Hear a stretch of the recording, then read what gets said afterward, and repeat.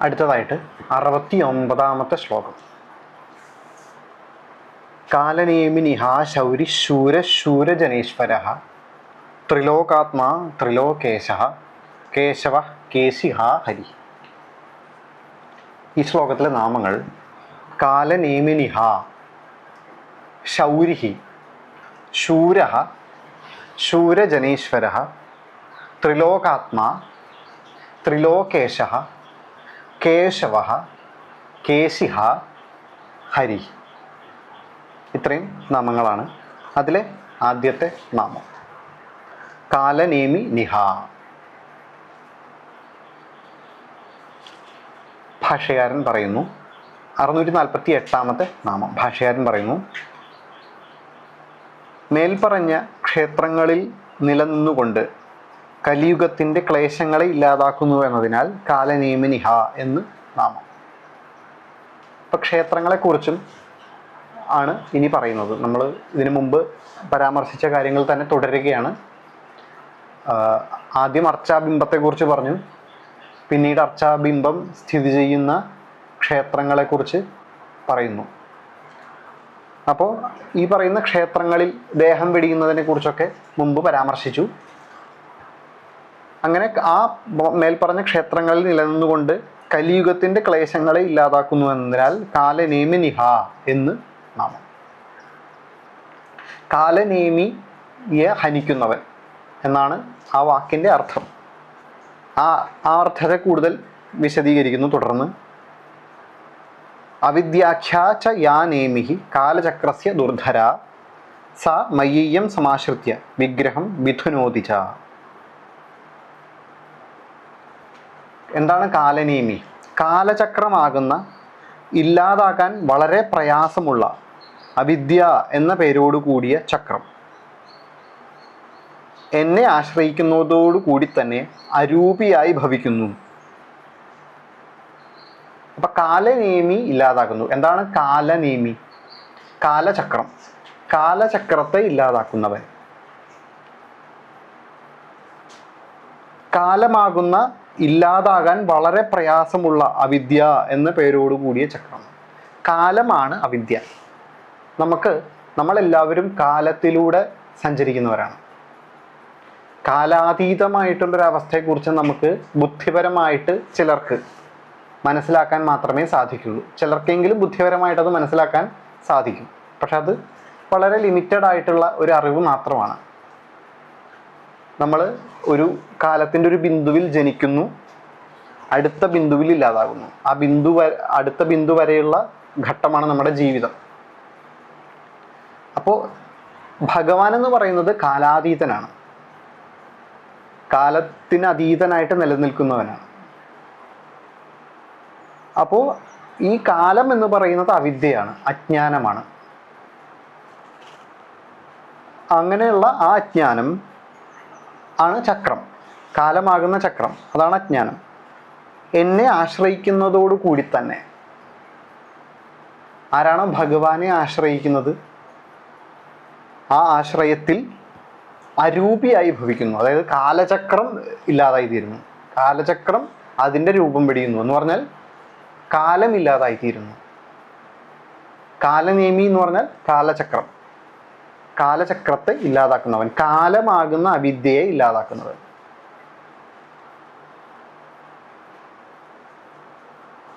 ധ്യായേ തത് പ്രസരഘ്നം ച ദേവം. കാലമാകുന്ന അവിദ്യയെ ഇല്ലാതാക്കുന്ന ദേവനെ എന്നിങ്ങനെ ധ്യാനം. അപ്പം കാലനേമിയുടെ ധ്യാനത്തിൽ പ്രത്യേകം പറയുന്നുണ്ട് അവിദ്യയെ ഇല്ലാതാക്കുന്നവൻ എന്ന്. അപ്പം നമ്മളെല്ലാവരും കാലത്തിലൂടെ കടന്നു പോകുന്ന മാറ്റം വരുന്ന ഒരു വസ്തുതയാണ് എന്ന ബോധത്തെ ഇല്ലാതാക്കുന്നവനാണ് ഭഗവാൻ. കാലബോധത്തെ ഇല്ലാതാക്കുന്നവൻ. അതുകൊണ്ട് കാലനേമിനിഹ എന്നും നാമം. അടുത്തത് 649-ാമത്തെ നാമം ശൂരഃ ശൗരിഃ. കാലനേമിനിഹ ശൗരിഃ.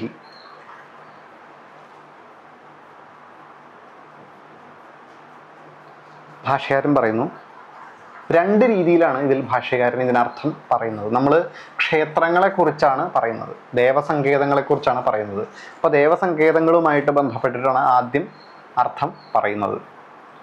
ഉത്പലാവർത്തകം എന്ന ദേശത്ത് ശൗരി എന്നു പേരോടുകൂടിയ അച്യുതൻ വസിക്കുന്നു. അതുകൊണ്ട് ഭഗവാന് ശൗരി എന്ന് ഒരു നാമം. അത് ആ ക്ഷേത്രത്തിൽ ആ അർച്ചാബിംബത്തിൽ വസിക്കുന്നു ശൗരി, അതുകൊണ്ട് ശൗരി എന്ന് ഭഗവാന് നാമം. ഉത്പലാവർത്തകം എന്ന ദേശം അത് തമിഴ്നാട്ടിലുള്ള ഒരു ദേശമാണ്. തൃക്കണ്ണാപുരം എന്നാണ് ആ സ്ഥലത്തിൻ്റെ പേര്. തൃക്കണ്ണാപുരത്തെ ശൗരി രാജക്ഷേത്രം എന്ന് പറയുന്ന ക്ഷേത്രം, അത് 108 ദിവ്യദേശങ്ങളിൽ പെടുന്ന ഒരു ക്ഷേത്രമാണ്. തമിഴ് സമ്പ്രദായത്തിലുള്ള വളരെ പ്രധാനപ്പെട്ട 108 ക്ഷേത്രങ്ങളിലെ ഒന്നാണ് ഈ തൃക്കണ്ണാപുരം ക്ഷേത്രം. ആ തൃക്കണ്ണാപുരം ക്ഷേത്രത്തിലെ ആ ഭഗവത് സങ്കല്പത്തെ പറയുന്ന പേരാണ് ശൗരി.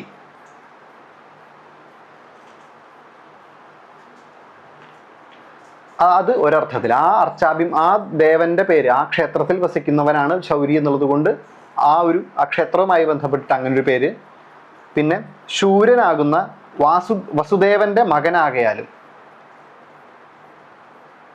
വസുദേവന് ശൂരൻ എന്നൊരു പേര്. വസുദേവന്റെ മകൻ, ശൂരസ്യ അപത്യം പുമാൻ ശൗരിഹി, കൃഷ്ണൻ, ഭഗവാൻ കൃഷ്ണൻ. അപ്പം ഇങ്ങനെ രണ്ട് രീതിയിൽ ഭാഷ്യകാരൻ അർത്ഥം പറഞ്ഞിട്ടുണ്ട്. ആദ്യത്തേത് ഒരു ക്ഷേത്രത്തെക്കുറിച്ച്, രണ്ടാമത്തേത് അതിൻ്റെ ആ വാക്കിൻ്റെ അർത്ഥം വെച്ച്. തുടർന്നും ഇനി ക്ഷേത്രത്തിലെ വിവിധ മൂർത്തികളെക്കുറിച്ച് പറയുന്നുണ്ട്. അപ്പോൾ അങ്ങനെ 649 നാമം ശൗരിഹി. അടുത്തത് 650 നാമം ശൂരഹ.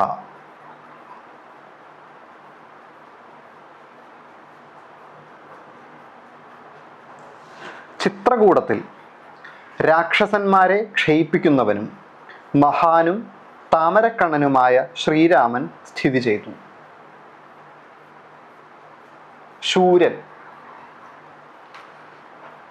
ശൂരൻ അതായത് നമ്മളിപ്പോൾ ക്ഷേത്രങ്ങളെക്കുറിച്ച് ആദ്യം പറഞ്ഞു. ക്ഷേത്രങ്ങൾ എന്ന് പറഞ്ഞു കഴിഞ്ഞാൽ നമ്മൾ കാണുന്ന ഈ അമ്പലങ്ങൾ മാത്രമല്ല ക്ഷേത്രങ്ങൾ, തീർത്ഥസ്ഥാനങ്ങൾ. നമ്മൾ ഇതിനു മുമ്പ് പറഞ്ഞു ക്ഷേത്രങ്ങൾ, തീർത്ഥസ്ഥാനങ്ങൾ, പർവ്വത പ്രദേശങ്ങളിലെ ഗുഹകൾ, ഇതിലൊക്കെ ഭഗവാൻ വസിക്കുന്നു. അതിന് കാരണം എന്താണെന്ന് വെച്ചാൽ ഭഗവാന്റെ സൗശീല്യം കൊണ്ടാണത്. ഈ എല്ലായിടത്തും നിറഞ്ഞു നിൽക്കുന്ന ഭഗവാന്റെ പരരൂപം, ഭഗവാനെ ആരാധിക്കുന്ന ആളുകളോട് കൃപ തോന്നിയിട്ട് ഭഗവാൻ അവതരിക്കുന്നതാണ് ഈ പറയുന്ന സ്ഥലങ്ങൾ. ക്ഷേത്രങ്ങൾ, ഗുഹകൾ, പർവ്വത പ്രദേശങ്ങൾ, തീർത്ഥ സ്ഥലങ്ങൾ, അവിടെയൊക്കെ. ഇവിടെ ചിത്രകൂടം എന്ന് പറയുന്ന ഒരു തീർത്ഥ സ്ഥാനമാണ്.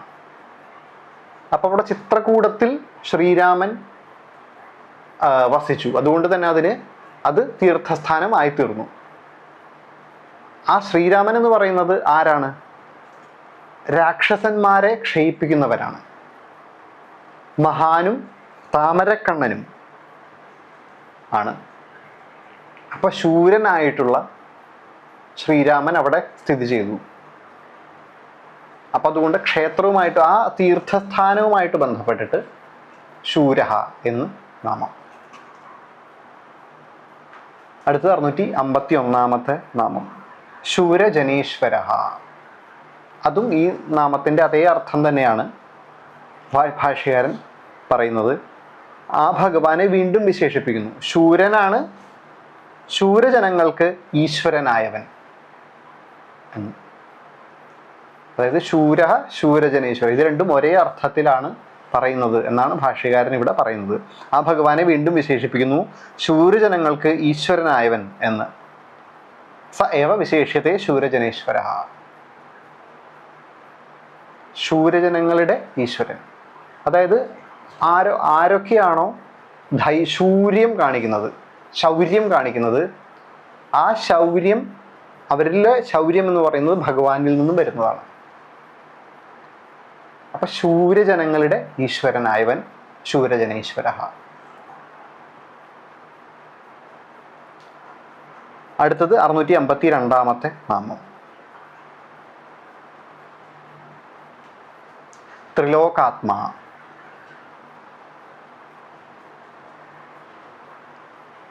മഗധദേശത്ത് മഹാബോധമെന്ന പർവ്വതത്തെ ആശ്രയിച്ചുകൊണ്ട് ലോകനാഥനും ലോകത്തിൻ്റെ ആത്മാവും ദേവദേവനുമായ ജനാർദ്ദനൻ നിലനിൽക്കുന്നു എന്ന് ത്രിലോകാത്മാ. ഭക്താനുഗ്രഹത്തിനായി 3 ലോകങ്ങളിലും പോകുന്നു എന്നതിനാൽ ഭഗവാന് ഈ നാമം. ഇപ്പോൾ ഇവിടെ മഗധ എന്ന് പറയുന്ന ക്ഷേത്രത്തെ, മഗധയിലുള്ള ക്ഷേത്രത്തെക്കുറിച്ചാണ് പറയുന്നത്. അവിടെ മഗധ രാജ്യത്ത് മഹാബോധം എന്ന പർവ്വതത്തെ ആശ്രയിച്ചുകൊണ്ട്, മഹാബോധം എന്ന് പറയുന്ന പർവ്വതത്തെ ആശ്രയിച്ചുകൊണ്ട് ലോകനാഥനും ലോകത്തിൻ്റെ ആത്മാവും ദേവദേവനുമായ ജനാർദ്ദനൻ നിലനിൽക്കുന്നു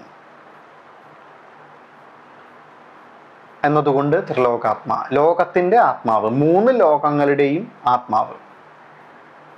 3 ലോകങ്ങളും അതായത് ആരാണോ ഞാൻ എന്ന് കരുതുന്നത് അതാണ് ഭഗവാൻ. അതുകൊണ്ട് ത്രിലോകാത്മാ.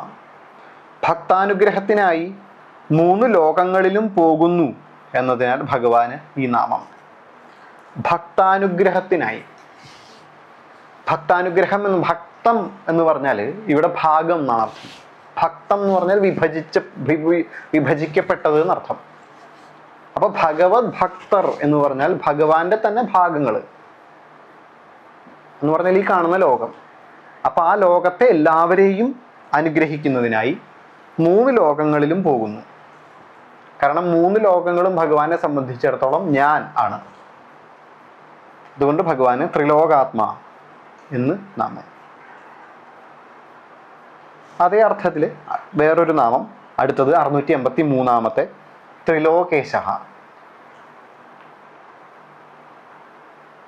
ഇവിടെ ഇതും ഒരു തീർത്ഥസ്ഥാനത്തെ കുറിക്കുന്നതാണ്. ഭാഷകാരൻ പറയുന്നു, ശുഭമായ പ്രാഗ്ജ്യോതിഷപുരം എന്നു പേരായ ഭൂഭാഗത്ത് ഭഗവാൻ വന്ന് വിശ്വേശ്വരൻ എന്ന പേരോടുകൂടി എല്ലാവർക്കും ദർശിക്കാനായി സ്ഥിതി ചെയ്തു എന്നതിനാൽ ത്രിലോകേശ എന്ന് നാമം. ആ ദേവന്റെ പേരാണ് ത്രിലോകേശൻ. ശുഭമായ പ്രാഗ്ജ്യോതിഷപുരം എന്നു പേരായ ഭൂഭാഗത്ത്. പ്രാഗ്ജ്യോതിഷപുരം ആസാമിലെ ഗുവാഹട്ടി എന്നുള്ള സ്ഥലമാണത്. അതൊരു തീർത്ഥസ്ഥാനമാണ് വൈഷ്ണവരെ സംബന്ധിച്ച്. അപ്പൊ ഗുവാഹട്ടിയിലെ അവിടെ ആ പ്രദേശത്ത് ഭഗവാൻ നിലനിന്നു. അവിടെ വിശ്വേശ്വരൻ എന്നാണ് ആ ദേവന്റെ പേര്. ആ ക്ഷേത്രത്തിലെ ദേവന്റെ പേര് വിശ്വേശ്വരൻ എന്നാണ്. അപ്പോൾ ആ വിശ്വേശ്വരൻ എന്നുള്ള പേരിൽ ആ ഗുവാഹട്ടി ഭാഗത്ത് ഭഗവാൻ നിലനിന്നു എന്നുള്ളത് കൊണ്ട് ത്രിലോകേശ. വിശ്വേശ്വരൻ എന്ന് പറഞ്ഞാൽ വിശ്വത്തിന്റെ ഈശ്വരൻ. വിശ്വം എന്ന് പറഞ്ഞാൽ 3 ലോകങ്ങളായി നിലനിൽക്കുന്നു. ആ 3 ലോകങ്ങളുടെ ഈശ്വരൻ ത്രിലോകേശ. അടുത്തത് 654 നാമം കേശവ.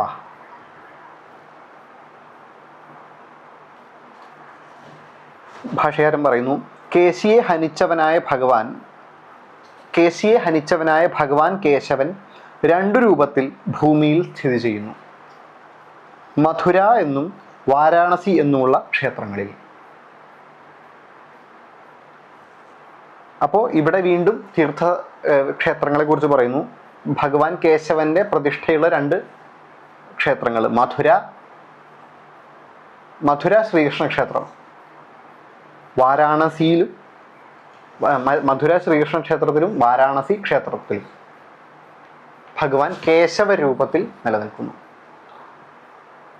അത് കേശിയെ ഹനിച്ചു. കേശി എന്ന് പറയുന്ന അസുരനെ ഹനിച്ചവനാണ്. അതുകൊണ്ടാണ് ഭഗവാൻ കേശവൻ എന്നുള്ള ആ നാമം വന്നത്. ആ നാമത്തോടു കൂടി ഈ 2 സ്ഥലങ്ങളിൽ ഭഗവാൻ നിലനിൽക്കുന്നു. തുടർന്ന് ശിവൻ ഇപ്രകാരം പറയുന്നു. ശിവന്റെ ഈ കേശവൻ എന്നുള്ള നാമത്തിന് വേറൊരു അർത്ഥം പറയാണ്.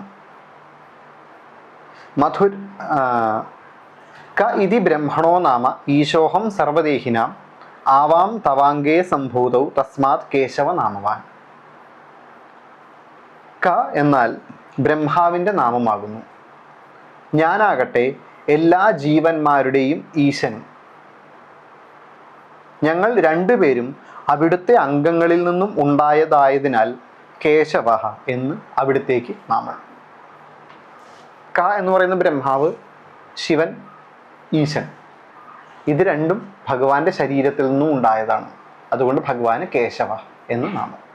അപ്പം ആദ്യത്തേത് ക്ഷേത്രവുമായിട്ട് ബന്ധപ്പെട്ടിട്ട്, രണ്ടാമത്തേത് ഈ കേശവ നാമവുമായിട്ട് ബന്ധപ്പെട്ടത്. ഇങ്ങനെ രണ്ട് രീതിയിലാണ് ഭാഷ്യകാരൻ അർത്ഥം പറഞ്ഞിരുന്നത്.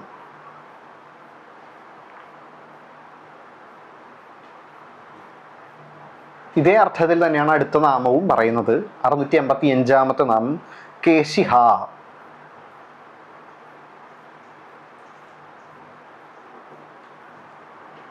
ഭാഷ്യകാരൻ പറയുന്നു, കേശവന് കേശിയെ ഹനിച്ചവനെന്നും വ്യാസഭഗവാൻ അർത്ഥം പറഞ്ഞിട്ടുണ്ട്. അതിനാൽ ഭഗവാന് കേശിഹ എന്ന് നാമം. അപ്പോൾ ഇവിടെ വ്യാസഭഗവാൻ പറഞ്ഞിരിക്കുന്ന അർത്ഥമാണ് ഭാഷ്യകാരൻ എടുത്തിട്ടുള്ളത്. അപ്പം കേശവൻ എന്നുള്ള നാമത്തിന് കേശിയെ ഹനിച്ചവൻ എന്നൊരർത്ഥമുണ്ട്. പക്ഷേ അവിടെ ഭാഷ്യകാരൻ എടുത്തിട്ടുള്ള അർത്ഥം, അവിടെ ആ ക്ഷേത്രവുമായിട്ട് ബന്ധപ്പെട്ടിട്ടുള്ള അർത്ഥവും, ആദികേശവ ക്ഷേത്രമാണ് വാരാണസിയിലുള്ളത്. മധുരയിലും കേശവ ക്ഷേത്രമുണ്ട്. അപ്പോൾ ഈ മധുര വാരാണസിയിൽ നിൽക്കുന്ന അർച്ചാബിംബത്തിൻ്റെ രൂപത്തിലുള്ളവൻ എന്നുള്ള അർത്ഥത്തിലും, പിന്നെ ഈ പറയുന്ന ക എന്നുള്ള വാക്കിന് ബ്രഹ്മാവ്, ഈശൻ എന്നിവർ വിഷ്ണുവിൽ നിന്നും വന്നതുകൊണ്ട് കേശവൻ എന്നും അർത്ഥം പറയുന്നെങ്കിൽ, ഈ 655 നാമത്തിന് വ്യാസഭഗവാൻ മഹാഭാരതത്തിൽ പറയുന്ന അർത്ഥമാണ് എടുത്തിട്ടുള്ളത്. കേശവം കേശിഹന്താരം ഇതിവത്. കേശവന് കേശിയെ ഹനിച്ചവൻ എന്നും വ്യാസഭഗവാൻ അർത്ഥം പറഞ്ഞിട്ടുണ്ട് എന്നതിനാലും ഭഗവാന് കേശിഹ എന്ന് നാമം. ഇവിടെ ഭാഷ്യകാരൻ സ്വന്തമായിട്ടൊന്നും പറയുന്നില്ല.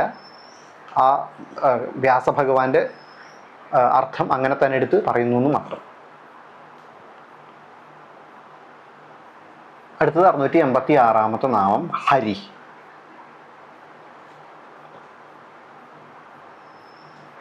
ഭാഷ്യകാരൻ പറയുന്നു, സർവേശ്വരനായ ദേവൻ ഹരി എന്ന പേരിൽ ഗോവർദ്ധനമെന്നു പേരായ പർവ്വതത്തിൽ നിലനിൽക്കുകയും പൂജിക്കപ്പെടുകയും ചെയ്യുന്നു. അതിനാൽ ഹരി എന്ന് നാമം. ഗോവർദ്ധന പർവ്വതം സാക്ഷാൽ ഹരിയാണ്. മഹാഭാരതത്തിൻ്റെ അനുബന്ധം എന്നുള്ള രീതിയിൽ ഖിലഭാഗം എന്ന് പറയുന്ന ഒരു പുസ്തകമാണ് ഹരിവംശം. ഈ ഹരിവംശത്തിൽ ഈ പറയുന്ന ഗോവർദ്ധന പർവ്വതത്തെക്കുറിച്ച് പറയുന്നുണ്ട്. അതായത് ഇന്ദ്രനെ പൂജിക്കുന്ന ഗോപന്മാരെ ഇന്ദ്രനെ പൂജിക്കുന്നതിൽ നിന്നും വിലക്കി ഗോവർദ്ധനത്തെ പൂജിക്കാൻ കൃഷ്ണൻ പറയുകയാണ്. എന്നിട്ട് കൃഷ്ണൻ പറയുന്നുണ്ട്, ഗോവർദ്ധനം എന്ന് പറയുന്നതാണ് സാക്ഷാൽ ഭഗവാൻ.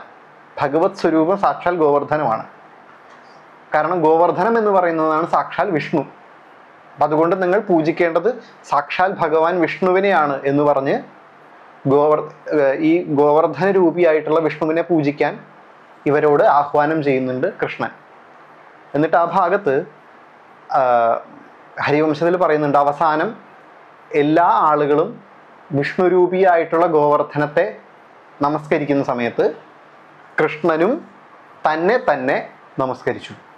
കാരണം കൃഷ്ണനും വിഷ്ണുരൂപിയാണ്, ഗോവർദ്ധനവും വിഷ്ണുരൂപിയാണ്. അപ്പോൾ കൃഷ്ണനും തന്നെ നമസ്കരിച്ചു. ഈ ഗോപന്മാരുടെ കൂടെ ആ ഗോവർദ്ധന പർവ്വതത്തെ നമസ്കരിച്ചു. അപ്പോൾ ഗോവർദ്ധന പർവ്വതം എന്ന് പറയുന്നത് വിഷ്ണു സ്വരൂപമാണ്. ഭഗവാൻ അവിടെ നിലനിൽക്കുകയും പൂജിക്കപ്പെടുകയും ചെയ്യുന്നു എന്നതിനാൽ ഹരി എന്ന് നാമം. അതൊരു രീതിയിൽ അർത്ഥം പറയുന്നു. അടുത്തത് പറയുന്നു, ഗൃഹങ്ങളിൽ യാഗത്തിന് സമർപ്പിക്കപ്പെടുന്ന ഹവിസിൽ ഭൂരിഭാഗവും ഞാൻ സ്വീകരിക്കുന്നു എന്നതിനാലും ശ്രേഷ്ഠമായ പച്ച നിറത്തോടു കൂടിയവനാണ് ഞാൻ എന്നതിനാലും എനിക്ക് ഹരി എന്ന് നാമം. അപ്പം ഹരി എന്നുള്ളതിന് ഒരുപാട് അർത്ഥങ്ങളുണ്ട്. ആദ്യത്തെ അർത്ഥം, ഗൃഹങ്ങളിൽ യാഗത്തിന് സമർപ്പിക്കപ്പെടുന്ന ഹവിസിൽ ഭൂരിഭാഗവും ഞാൻ സ്വീകരിക്കുന്നു. ഹരി എന്ന് പറഞ്ഞാൽ ഭൂരിഭാഗം, സിംഹം എന്ന് പറയുന്ന ഒരു അർത്ഥമുണ്ട് ഹരി എന്നുള്ളതിന്. സിംഹഭാഗം എന്ന് പറഞ്ഞാൽ അധികം ഭാഗം, മെജോറിറ്റി എന്നർത്ഥം. അപ്പോൾ ഹരി എന്ന് പറഞ്ഞാൽ ഭൂരിഭാഗം, ഏറ്റവും കൂടിയ ഭാഗം. അപ്പോൾ ഹവിസ് ഞാൻ ഭൂരിഭാഗം എടുക്കുന്നു എന്നുള്ളത് കൊണ്ട് എനിക്ക് ഹരി എന്നൊരു നാമം. ഹരി എന്ന് പറഞ്ഞാൽ പച്ച നിറം എന്നൊരു അർത്ഥം. ശ്രേഷ്ഠമായ പച്ച നിറത്തോട് കൂടിയവനാകയാലും എനിക്ക് ഹരി എന്ന് നാമം. പച്ച നിറത്തോട് കൂടിയിട്ടും ഭഗവാൻ നിലനിൽക്കുന്നു, അതുകൊണ്ട് ഹരി എന്ന് നാമം. അങ്ങനെ ഹരി എന്നുള്ളതിന് 3 രീതിയിലാണ് ഇവിടെ ഭാഷ്യകാരൻ അർത്ഥം പറഞ്ഞിട്ടുള്ളത്.